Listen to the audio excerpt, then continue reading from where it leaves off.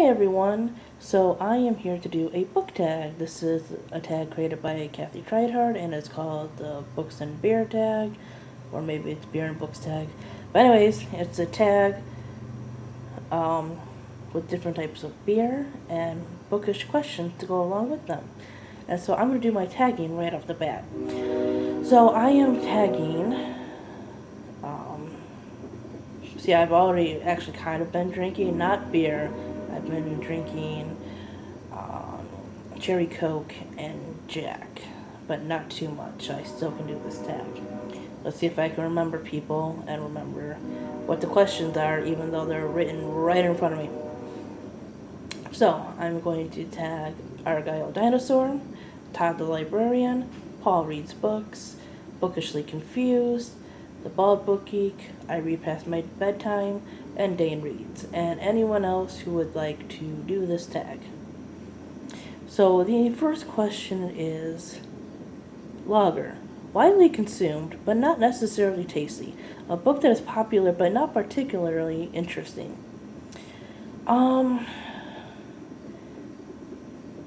It's not that I dislike this book. It was entertaining, but compared to other books in the genre, I just felt a lot of it was kind of tropey, cliched, and just I didn't see how it worked. I don't feel enough information was given to us even in the first book.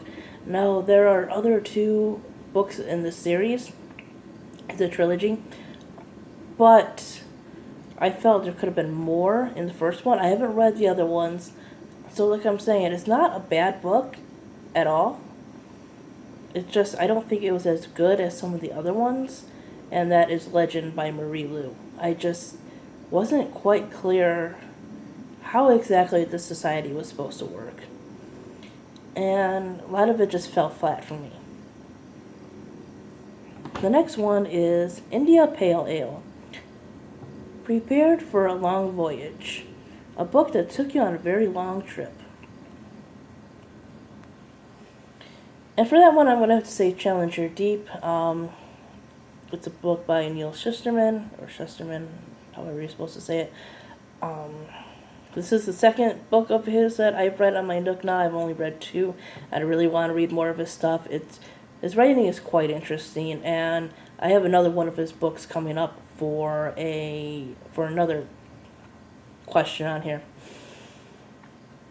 But this one is sort of, I don't know if you call it surreal, kind of fantasy-ish, but contemporary at the same time. Challenger Deep is about a young man, I think he's about 16, 17 years old, named Caden, who is suffering from mental illness. And we see the real world and the stuff that goes on in Caden's head and in his thoughts and his imagination. He is on a ship with a captain and a talking bird, and it's very imaginative, and they're going to Challenger Deep, basically. I did a review in one of my wrap-ups. It was, so far it's been one of my favorite books of this year. It's very different, I think well written, and it's a book that I highly recommend. I really enjoyed reading it, and, it gives you a perspective of what it's like. I know his son has dealt with mental health issues, so it's kind of that, like, sort of expertise, kind of, lived it kind of thing in there. The next one is Stout. Dark and Strong, a book that left you with wobbly legs. Oh, so here it is. I actually had another book, but I felt that this one would be a lot better, and I'm going to actually put it in my notebook right now. You guys are going to see me? Oh, you can't see too much, but anyways, going back to Neal, a book that I would say gave that feeling of, like, despair and suspense and everything would be Unwind. I have not yet read the other books in the series, but um,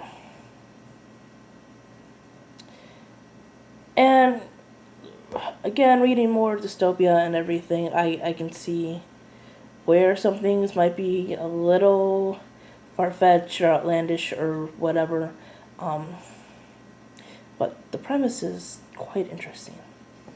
So in Unwind, basically, it's classified as a YA dystopian. In Unwind, basically, abortion is illegal. There has been a second civil war over reproduction rights. But now parents can choose to unwind their children, which means that their children basically will be taken apart, and their parts, organs, arms, whatever.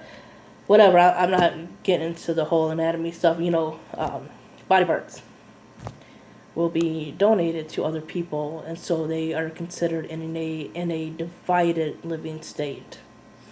And basically, in this world he's created, that is their solution to pro-choice and pro-life arguments. It was quite a dark and interesting read, and it's a type of read that even if you're an adult, it kind of terrifies you because it's written in third person, but you are reading about these kids that are trying to outrun these people who want to unwind them, and that's got to be quite terrifying. Bitter Pale Ale with Angst. And I'm different than everyone else character. And for this one, I probably have to give it to Alaska Young from Looking for Alaska. And I feel it's more the other people that have projected this kind of image onto her, about her liking poetry and her just being different than the other girls. And yeah. Saison. Extra bubbles and flavor, but less of a punch. A light read with something interesting, and just like Neal Shusterman, we're doubling up on John Green here. So I said An Abundance of Catherines. An Abundance of Catherines is so far probably John Green's lightest novel. There's serious stuff that happens in Looking for Alaska. Alcohol, regrets, a lot of stuff. Turtles All the Way Down deals with anxiety and mental health. No one really dies in Paper Towns, but I feel it's a lot more serious in some ways than An Abundance of Catherines. And of course, The Fault in Our Stars is about teens who meet at a cancer support center. But An Abundance of Catherines is about a prodigy named Colin who has been in love with 19 Catherines, and his best friend takes him on a road trip to try and get over her. This one was really funny. I know a lot of people don't like it, but I really enjoyed it. I thought it was cute and funny, and yeah, something a little different than something so serious. Ale. Warm fermentation. I totally said that wrong.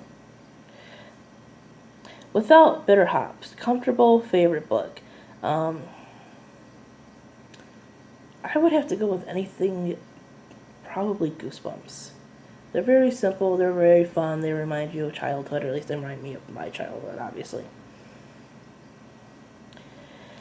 The next one is Eisbach.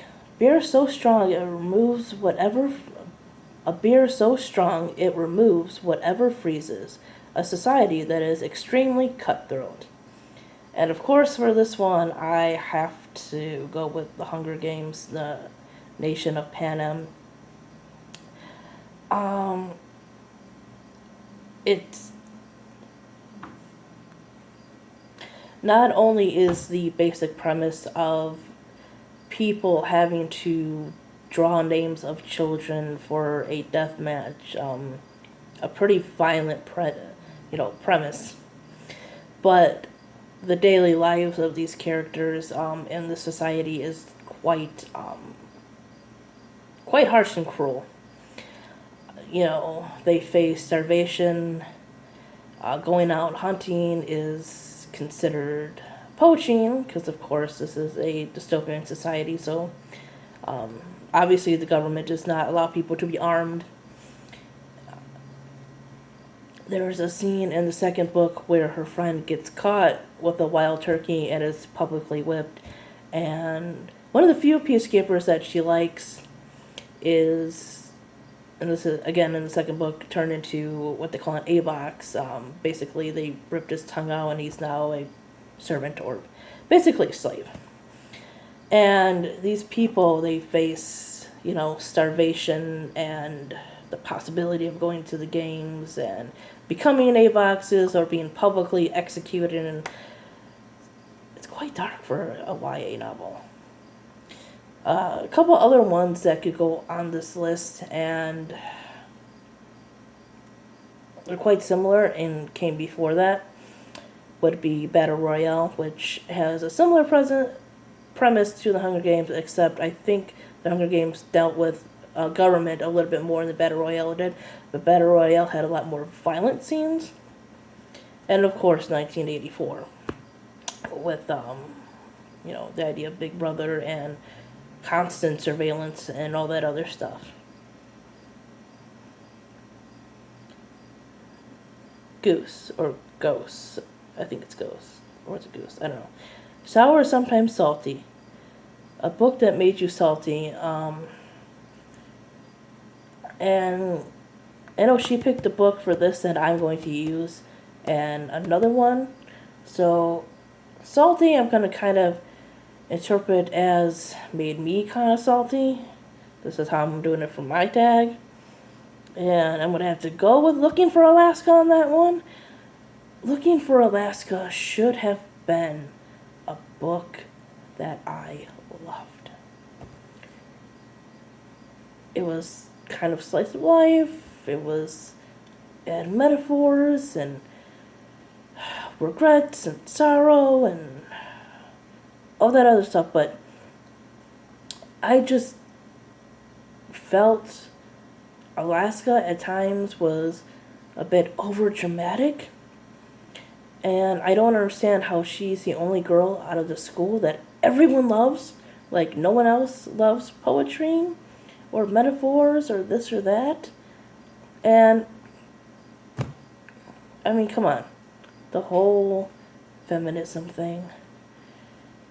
Like, she had a problem with them wanting to they wanted her to help them iron their clothes, which is seen, I guess, as sexism and everything. But then she's kind of willing to, cheat on her boyfriend and all that other stuff, and I just didn't feel like it was very good representation of feminism.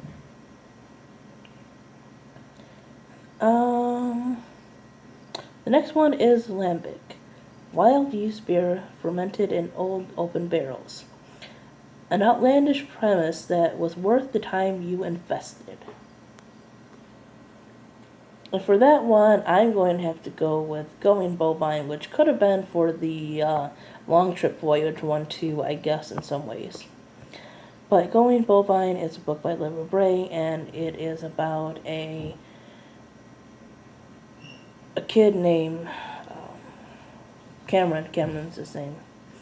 And Cameron basically is just kind of sliding through life. He just doesn't really have a lot of ambition or goals or anything like that. And one day he finds out that he has contracted mad cow disease. And so he sets off with the help of this punk rock angel that only he can see, with the help of his dwarf roommate and a talking lawn gnome that believes he is the god Boulder, to find this man that may have a cure. It was out there, and I loved it. I highly recommend it. It was deep and fun and funny and all that other stuff. Double, Monastic Brewing. So important to you that you had to read it at least twice. And there's a lot of books that are important to me, but another book that I find very important, and it technically is the first dystopian that I ever read, would be The Giver. The Giver is about a young boy named Jonas who lives in a society where literally everything is controlled for you.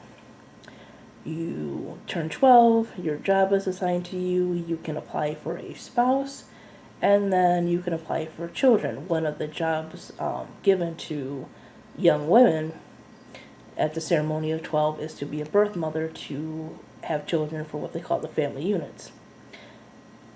So you don't pick your job, you don't pick your spouse, you don't pick your children, you don't even pick your children's names.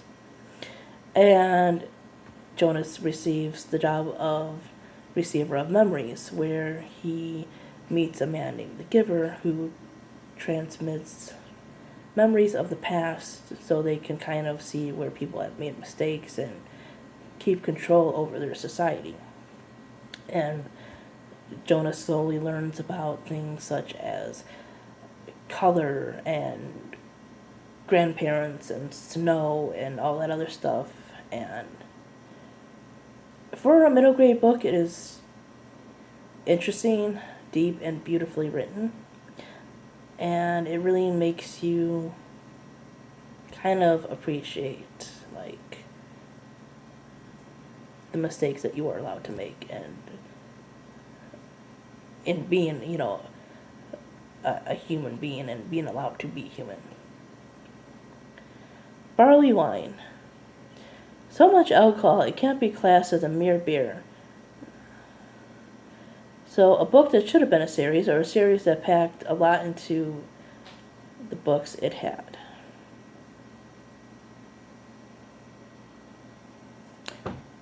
So I don't think there's a series that I think was too short that packed a lot in. I think most of them are pretty okay. And I don't really necessarily think that just because a book is long or whatever, it should be a trilogy or a series all the damn time. So I'm going to go with a single book that packed a lot into it. This is also by Libra Bray, and this is Beauty Queens, another one that I've talked about more than once. This is about a group of beauty queens, obviously, that crash land on an island. And there's a lot of talk about how society views women, how they pit certain women against each other, especially when it comes to things like race. There's LGBT issues, and she just did a fantastic job of balancing serious and hilarious. The next one is Seasoned. Beer with a limited brew. Book or genre you can only read when you're in the mood for it. I really don't have that, honestly.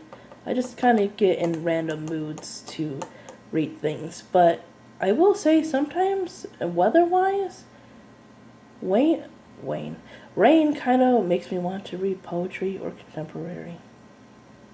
But anyways, that's the tag, guys. Hope you enjoyed. See you next time. Bye-bye.